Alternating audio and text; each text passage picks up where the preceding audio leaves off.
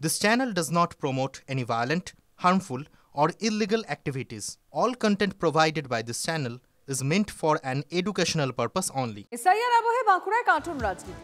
একজন প্রাক্তন কেন্দ্রীয় মন্ত্রী ও বর্তমান কেন্দ্রীয় মন্ত্রীকে নিয়ে বিতর্কিত কার্টুন আঁকল তৃণমূল। কার্টুনে নিশীথ শান্তনু দাবি তৃণমূলের। মমতা বালা মধুপর্ণার নাগরিকত্বে পাল্টা প্রশ্ন তুলেছে বিজেপি। ভোট আসতে এখনো অনেক দেরি, কিন্তু তার আগে এসআইআর নিয়ে তপ্ত বঙ্গ রাজনীতি। এসআইআর নিয়ে বিজেপি বিরোধিতা, এবার কার্টুন বানিয়ে প্রচারে নামল তৃণমূল। কার্টুনে দেখা যাচ্ছে পে লোডারে করে কাঁটা তারের ওপারে ফেলে দেওয়া হচ্ছে গেরুয়া উত্তরীয় পরা ৩ জনকে। তৃণমূলের দাবি, পে লোডার চালকের আসনে অমিত শাহ, আর যাদের পে লোডারে ফেলে দেওয়া হচ্ছে তাদের মধ্যে রয়েছেন অমিত শাহর একসময় ডেপুটি নিশীথ প্রামাণিক আর কেন্দ্রীয় প্রতিমন্ত্রী মতুয়া নেতা শান্তনু ঠাকুর।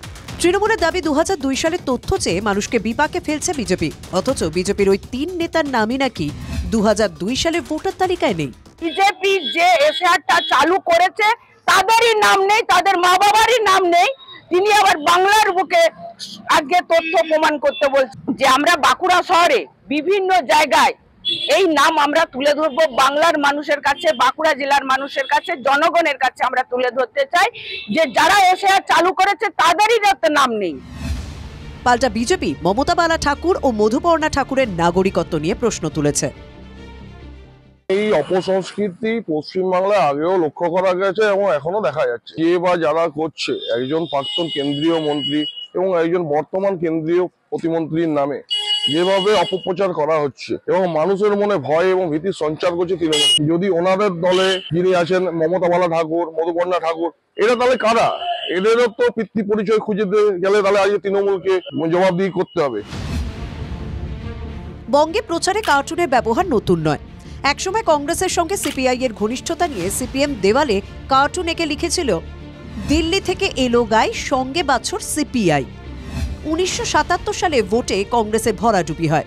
ইন্দিরা গান্ধী কংগ্রেস আই তৈরি করেন। সেই দলের প্রতীক হয়েছিল হাত। সেই সময় বামেরা দেওয়ালে কার্টুন এঁকে লিখেছিল, ঝোঁকের মাথায় নীলি হাত, ভোটে হবি কুপোকাত।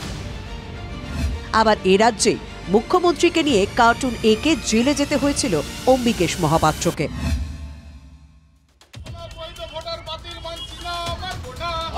আর এবার এসআইআর এর আবহে একজন প্রাক্তন কেন্দ্রীয় মন্ত্রী ও বর্তমান কেন্দ্রীয় মন্ত্রীকে নিয়ে বিতর্কিত কার্টুন আঁকল তৃণমূলী। হীরক মুখোপাধ্যায়ের রিপোর্ট, টিভি9 বাংলা।